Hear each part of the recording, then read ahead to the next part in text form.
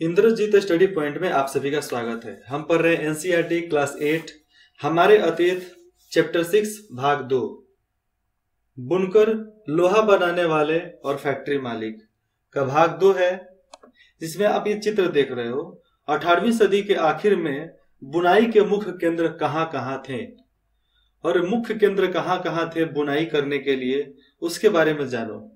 लाहौर पंजाब, सरसिंध, समाना, दिल्ली, आगरा, अवध, रायपुर राजस्थान, सोंगानेर सिंधु, पत्तन गुजरात, अहमदाबाद, कंबे सूरत भारत, ओडिशा, बम्बई, गोलकुंडा, उसके बाद से है सिरोज, बनारस, यमुना नदी, गंगा नदी, सिंधु नदी, बिहार, पटना, बंगाल, कलकत्ता, ढाका,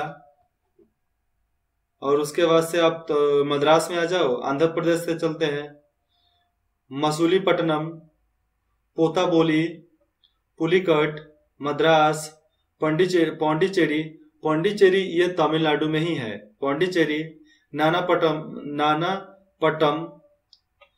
तंजौर, मदुरा, कालीकट, गोवा, ये है कोरोमंडल, सेठ थोम, और नीचे एक नदी है कावेरी नदी।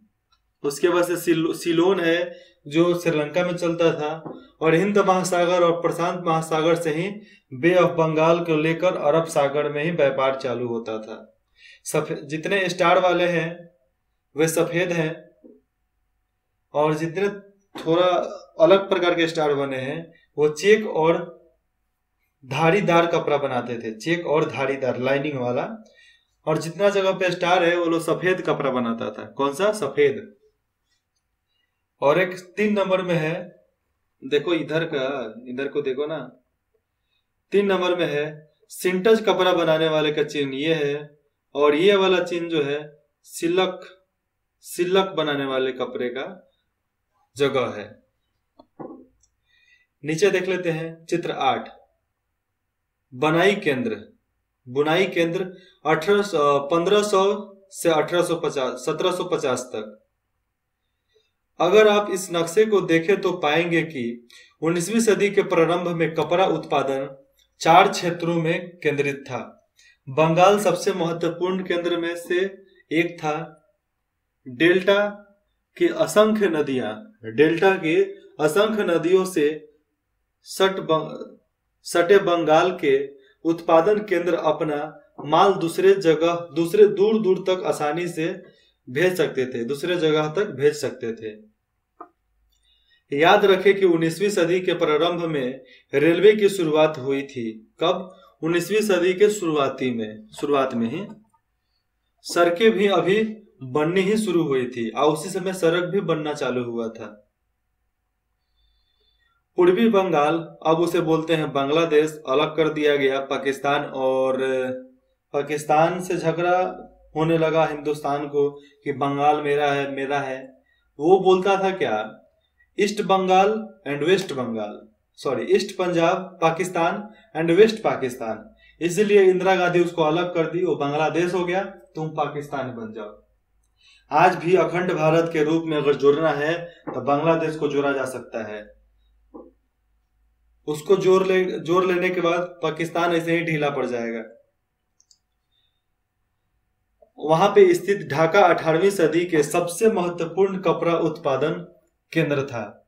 ये शहर अपनी मलमल और जामदानी बुनाई के लिए दूर दूर तक प्रसिद्ध थी। दूर दूर तक, बहुत ज्यादा। उसका जो जामदानी कपड़ा था और मलमल कपड़ा जो था, ये दूर दूर तक बिकता था जाकर। यदि आप नक्शे में भारत के दक्षिणी भाग को देखें तो मद्रास से उत्तरी आंध्र प्रदेश तक फैले कोरोमंडल तट के साथ साथ सूती कपड़ा बुनाई केंद्र का एक और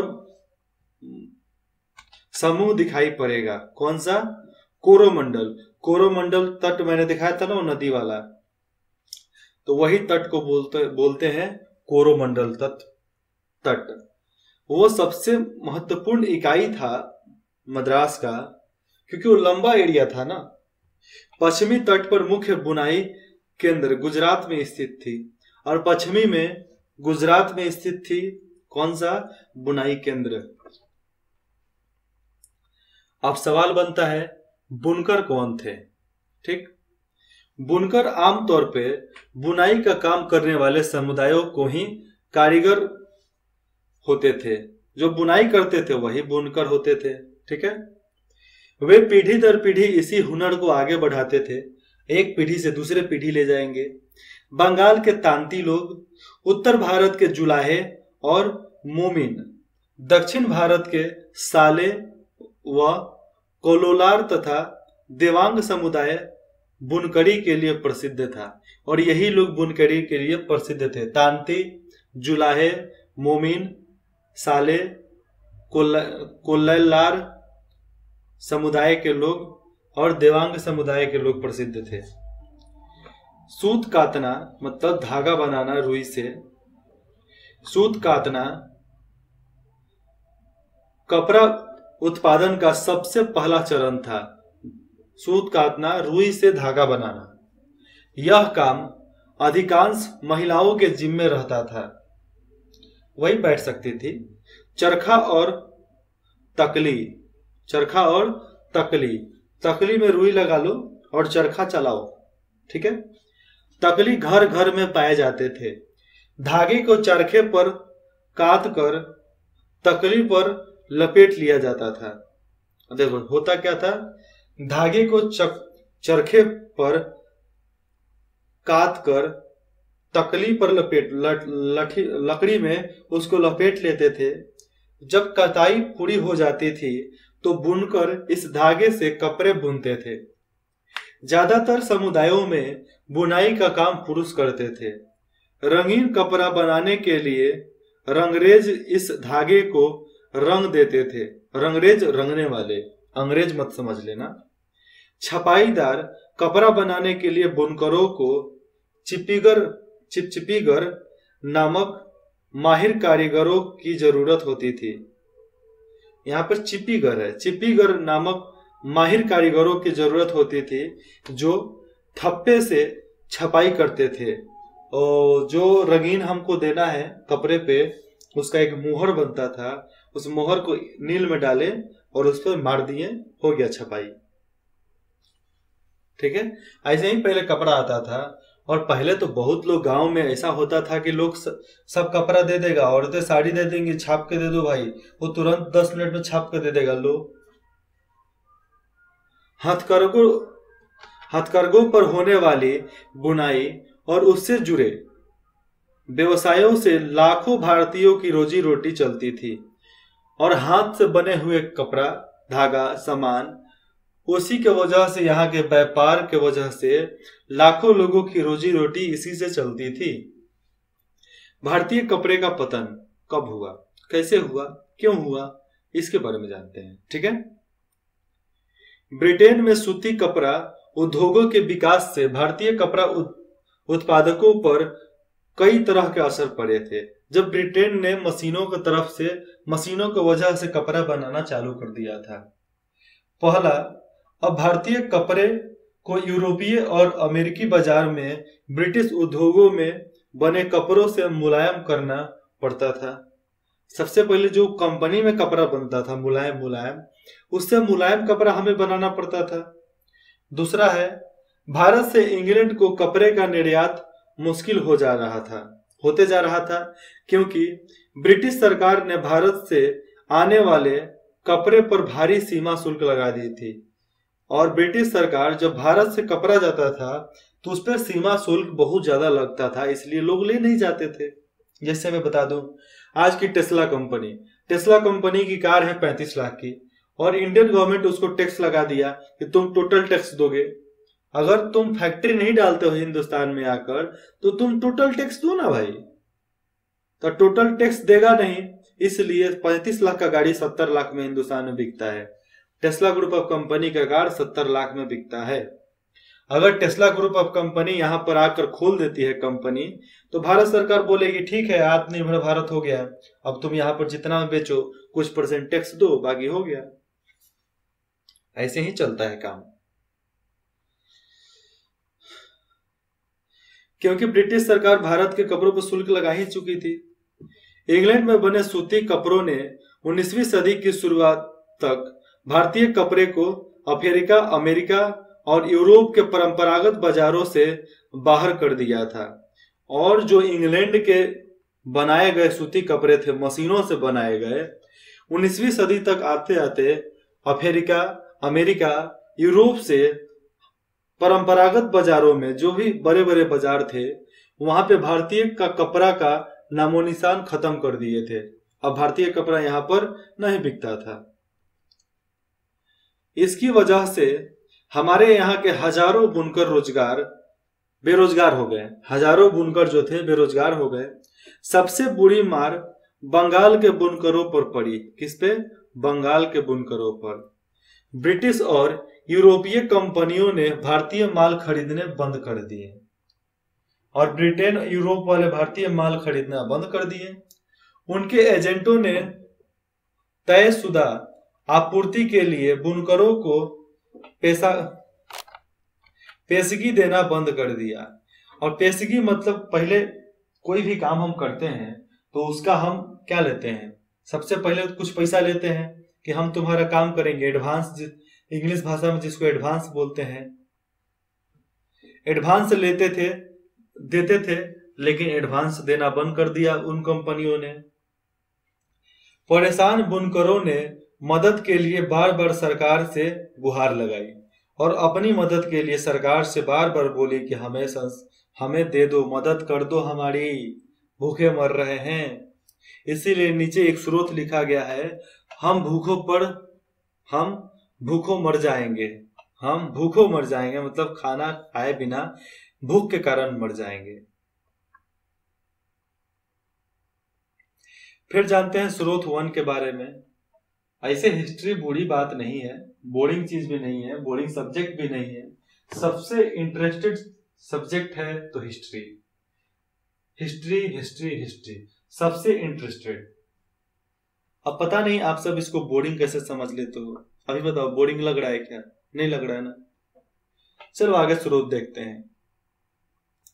1823 में भारत की कंपनी सरकार को 12,000 बुनकरों की तरफ से एक पत्र मिला जिसमें कहा गया था, अब कंपनी को एक पत्र मिला जो 12,000 बुनकरों की तरफ से लिखा गया था। हमारे पुरखे और हम लोगों को कंपनी से पेशगी मिलती थी। पेशगी कुछ कमीशन भी हो जाएगा और पेंशन होता था, पेंशन मिलता था। ऊपर भी पेशगी का मतलब है पेंशन। जो हमारे बाप दादा काम किए हैं उनकी पेंशन हमें मिलती थी, लेकिन अब नहीं मिल रही है, जिससे हम कंपनी के लिए बढ़िया कपड़े बुनकर अपने अपने परिवारों का पेट पालते थे और पेंशन और कुछ कमीशन मिलता था एडवांस बनाने के लिए, उससे अपने अपने घर परिवारों का पेट पालते थे। हमारी बदनसीबी है कि औरंग खत्म कर दिया गया।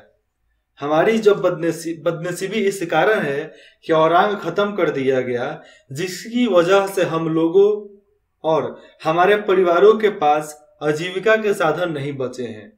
हम बुनकर हैं और कोई दूसरा कारोबार नहीं जानते। अगर बोर्ड ऑफ ट्रेड, व्यापार बोर्ड को बोलते हैं, बोर्ड ऑफ ट्रेड हम पर कृपा नहीं करता है और हमें कपड़ों की ऑर्डर नहीं देता है तो हम भूखों मर जाएंगे। ऐसे पत्र उन्होंने लिखा था कंपनी को। व्यापारिक बोर्ड की कार्रवाई 3 फरवरी 1824। कृपया इसे अपने अखबार में प्रकाशित करें। 1828 में एक विधवा कताई कामगार ने समाचार दर्पण नामक बंगाली अखबार के नाम भेजे पत्र में अपनी जो दुर्दशा थी, दुर्दशा का इस तरह बयान करती है। और एक विधवा अपनी दुर्दशा का किस तरह मतलब दुर्दशा का बयान करती है, ब्यौरा देती है, इसके बारे में जानते हैं। सेवा में संपादक समाचार, इसको इंग्लिश में क्या बोलेंगे? Respected editor newspaper. मैं कताई कामगार हूं, भारी कष्ट के साथ मैं यह पत्र लिख रही हूं। कृपया इसे अपने पत्र में प्रकाशित करें। जब मेरी उम्र 22 साल की थी तभी मेरे पति का देहांत हो गया था। मेरी 3 बेटियां थीं। जब मेरे पति का देहांत हुआ हमारे पास कुछ भी नहीं बचा था। उनके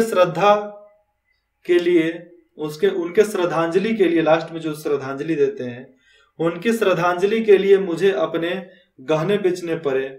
जब हम भूखों मरने की हालत में पहुंच गए तो भगवान ने मुझे जिंदा रहने की एक रास्ता दिखाई दिया। मैं कतली और चरखे पर सूत काटती थी, मतलब तकली और चरखे पर हम धागा बिनती थी। बुनकर हमारे घर आते और 3 तोले प्रति रुपए दर से सूत खरीद कर ले जाते। बुनकरों से मुझे जितनी पेशगी चाहिए होती थी मुझे मिल जाती थी। इस तरह हम खाने पीने और कपड़ों के बारे में निश्चिंत रहने लगे। कुछ सालों में मैंने 28 रुपए इकट्ठा कर लिए थे। इस पैसे से मैंने अपनी एक बेटी का ब्याह किया। 28 रुपए में एक बेटी का विवाह कर दिया। आज तो 15 से 20 लाख लग जाता है। और एक अति पिछड़ा लोग जो भी है उनके भी घर की शादी करीबन 5 लाख के करीब में ही होती है। बेटी की विवाह हो तो भी करीबन जाएगा तो 7 लाख तो जाएगा ही जाएगा। इसी तरह मेरी तीनों बेटियां अपने अपने घर चली गई और 28-28 रुपए में विवाह करके तीनों बेटी का विवाह कर दी। अब 3 साल से हम दोनों औरतें, मेरी सास और मैं, दाने दाने को तरस रहे हैं। अब सूत खरीदने वाले बुनकर हमारे पास नहीं आते। अगर मैं बाजार में सूत बेचती हूं तो पहले के मुकाबले 1/4 दाम भी नहीं मिलते। समझ में नहीं आता कि यह सब कैसे हो गया। मैंने बहुतों से पूछा है। लोग कहते हैं कि बाहर से बिलायती, मतलब बाहर के लोग को बिलायती बोलते हैं, बिलायती सूत आयात किया जा रहा है। वहां के बिलायती होते थे कौन सा, मतलब अब अंग्रेजों के द्वारा ब्रिटिश ईस्ट इंडिया कंपनी के द्वारा जो सूत आ रहा है अब उसी का इस्तेमाल किया जा रहा है। बुनकर वही सूत खरीद कर कपड़ा बनाते हैं। लोग इस सूत का बना कपड़ा 2 महीने भी नहीं पहन पाते और वह गल कर तार हो जाते हैं और गल कर खत्म हो जाते हैं। कष्टों में फंसी एक कताई कामगार की आप बीती, मतलब उसके ऊपर जो बीता था उसके बारे में उसने बताया है। लेकिन असली दुर्दिन तो अभी आने वाले थे। 1830 के दशक तक भारतीय बाजार ब्रिटेन में बने सूती कपड़े से फट गए। सूती कपड़े से फट गए, क्या फट गए?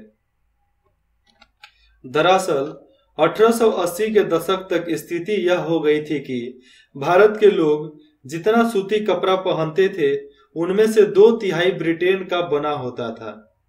इससे न केवल बुनकरों बल्कि सूत काटने वालों की भी हालत खराब हो गई थी। जो लाखों ग्रामीण महिलाएं सूत काटकर ही अपनी आजीविका चलाती थी, वे बेरोजगार हो गई थी। और यही कारण था क्योंकि मशीनों के द्वारा बनाया गया कपड़ा उस समय जल्दी ही फट जाता था। क्योंकि उस समय जब धागा बनता था तो धागा में नॉर्मल किसी चीज का इस्तेमाल नहीं किया जाता था। आज तो हम लोग धागा बनाने में बहुत सारा केमिकल का इस्तेमाल करते हैं, इसलिए हमारी धागा टूटता नहीं है और बहुत ज्यादा माहिर बनता है मशीन की वजह से। लेकिन पहले का क्या होता था, मशीन उस समय केमिकल का आविष्कार कहाँ हुआ था, मशीन का हुआ था। इस वजह से मशीन जो कपड़ा बनाती थी वो जल्दी ही फट जाती थी, लेकिन जो बुनकर लोग बनाते थे वो मोटा कपड़ा होता था और जल्दी फटता नहीं था। और बहुत मुलायम बनाने की भी कोशिश करनी पड़ती थी उस सबको। इसी कारण बहुत लोग बेरोजगार हो गए जब मशीनरी कारोबार चालू हो गया तो। लेकिन भारत में हाथ करघों से होने वाली बुनाई पूरी तरह खत्म नहीं हुई थी। अभी भी भारत में हाथों द्वारा बना हुआ सामान बिकता था। इसकी वजह यह थी कि कपड़ों की कुछ किस्में मशीनों पर नहीं बन सकती थी। भला जटिल और मनभावन किनारियों वाली साड़ी या परंपरागत बुनाई वाले कपड़े मशीनों पर कैसे बन सकते थे? सवाल है कि जो महीन काम होता था वो नहीं होता था मशीनों से। इन कपड़ों की न केवल रईसों के बीच बल्कि मध्य वर्ग के बीच भी काफी मांग थी, और ये अमीर भी पहनते थे और गरीब भी पहनते थे।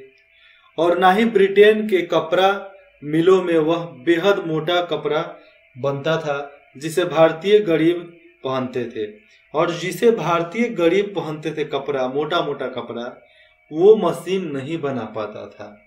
मशीन ना मोटा ना पतला, वो बीच वाला कपड़ा बनाता था। इसलिए ना मोटा वाले भी नहीं लेंगे और ना ही महीन कपड़ा वाले, मनभावन कपड़ा वाले भी उसे नहीं लेते थे। बस काम चलाने के लिए लेते थे, लेकिन ज्यादा नहीं पहनते थे। ठीक है। अपने पश्चिमी भारत में स्थित सोलापुर और दक्षिण भारत में स्थित मदुरा का जिक्र जरूर सुना होगा। किसका? सोलापुर और मदुरा, जिक्र तो उसका जरूर सुना होगा। ये शहर 19वीं सदी के आखिर में बुनकरी के नए महत्वपूर्ण केंद्र बनकर सामने आए। बाद में राष्ट्रीय आंदोलन के दौरान महात्मा गांधी ने भी लोगों से आह्वान किया कि वे आयातित कपड़े का बहिष्कार करें। जो बाहर से आयात आ रहा है उसका बहिष्कार करें और आत्मनिर्भर भारत का संकल्प लें। और आत्मनिर्भर भारत का संकल्प दिलाने वाले महात्मा गांधी ही थे। हाथ से कते सूत और हाथ से बुने कपड़े ही पहने, इसीलिए गांधी जी भी चरखा का इस्तेमाल करने लगे और चरखा चलाने लगे वो भी। इसी तरह खादी राष्ट्रवाद का प्रतीक बनती चली गई। आज भी बोलते हैं मैं खादी का कपड़ा पहनता हूं। बाबा, आप खादी का नहीं पहनते हैं, आप इम्पोर्टेंट कपड़ा पहनते हैं। नेता लोग इम्पोर्टेंट कपड़ा पहनता है, खादी का नहीं पहनता है। खादी का पहनता तो राष्ट्र का रहता। और नेता लोग तो ऐसे हैं कि चंद पैसों के लिए अपने जमीर को बेच दे। अपने जमीर को जो बेच दिया, अपने माँ को बेच दिया, अपने मातृत्व को बेचकर कोई पैसा कमाए तो किसी लाभ का नहीं होता है, किसी काम का नहीं होता है। चरखा भारत की पहचान बन गया और 1931 में उसे भारतीय राष्ट्रीय कांग्रेस के तिरंगे झंडे के बीच वाली पट्टी में जगह दी गई। और पहला झंडा जो बना था भारत का, उसके बीच में चरखे को बनाया गया था। आज भी 70 साल पहले के चरखा देख लो, उसमें तुम चरखा नहीं, झंडा, उसमें चरखा मिल जाएगा। आइए देखें कि आजीविका के साधन गांव गांव चुके बनकरों, गांव गांव में जो बुनकरों थे, सूत काटने वालों का क्या हुआ। उनमें से बहुत सारे तो खेतिहर मजदूर बन गए थे, कुछ काम की तलाश में शहरों की तरफ चले गए थे, और बहुत से देशों से बाहर चले गए। अफ्रीका और दक्षिणी अमेरिका के बागानों में काम करने के लिए चले गए। और जानो, अफ्रीका और दक्षिण में कौन कौन लोग गए थे? सोचो, अपने दिमाग पे जोर डालो कि इन जगहों पर देश छोड़कर क्यों चले गए लोग। क्योंकि यहाँ पर जो उनकी पुश्तैनी जमीन थी, पुश्तैनी जमीन जो दादा परदादा की तरफ से मिला हुआ है, बाप दादा की तरफ से, उसको पुश्तैनी बोलते हैं। तो सारे पुश्तैनी जमीन अंग्रेजों ने छीन लिया, और कुछ जो बचा जमींदारों ने ले लिया, और कुछ जो था वो कर्जों में डूब गए। इस वजह से उन्हें बहुत ज्यादा उत्पीड़न होने लगा। इसलिए कुछ लोग वहां से भागना ही सही समझे और हिंदुस्तान को छोड़कर भाग गए और वहां पे जाकर बस गए। आज भी देखते होंगे जो देश भ्रष्ट हो रहा है, जो देश को छोड़कर जा रहा है, देश में कितना बड़ा कर्जा लेकर भागा रहता है। नीरव मोदी, ये क्या किया, इतना बड़ा पैसा लेकर भाग गया, कितना 15,000 करोड़ रुपया लेकर भाग गया। आज जो हिंदुस्तान में नहीं रहता है, बाहर में रहता है, विदेश में रहता है, उसकी नागरिकता है उसके पास, और हिंदुस्तान वाले कुछ कर भी नहीं सकते हैं, क्योंकि कि वहां का कानून अलग है, यहाँ का कानून अलग है। ठीक है, इनमें से कुछ हाथ करघा और कुछ जो हाथ करघा बुनकरों को अभी उसको बंबई, अब उसको बोलते हैं मुंबई, फिर अहमदाबाद, सोलापुर, नागपुर और कानपुर में खुले नए कपड़ा कारखानों में नौकरी भी मिल गई। और नया नया कारखाना खुला था मुंबई, अहमदाबाद, सोलापुर, नागपुर और कानपुर में उनकी नौकरी फिक्स हो गई, नौकरी मिल गई। ठीक है, और इसके बाद हम पढ़ेंगे सूती कपड़ा मिलों का उदय। और सूती कपड़ा का मिलों का उदय कब हुआ, कैसे हुआ, क्यों हुआ, क्या जरूरत थी होने की, इसके बारे में हम जानेंगे अगले भाग में। और आप सभी को इंद्रजीत स्टडी पॉइंट में जुड़ने के लिए हमारे और हमारे टीम की तरफ से आप सभी को धन्यवाद।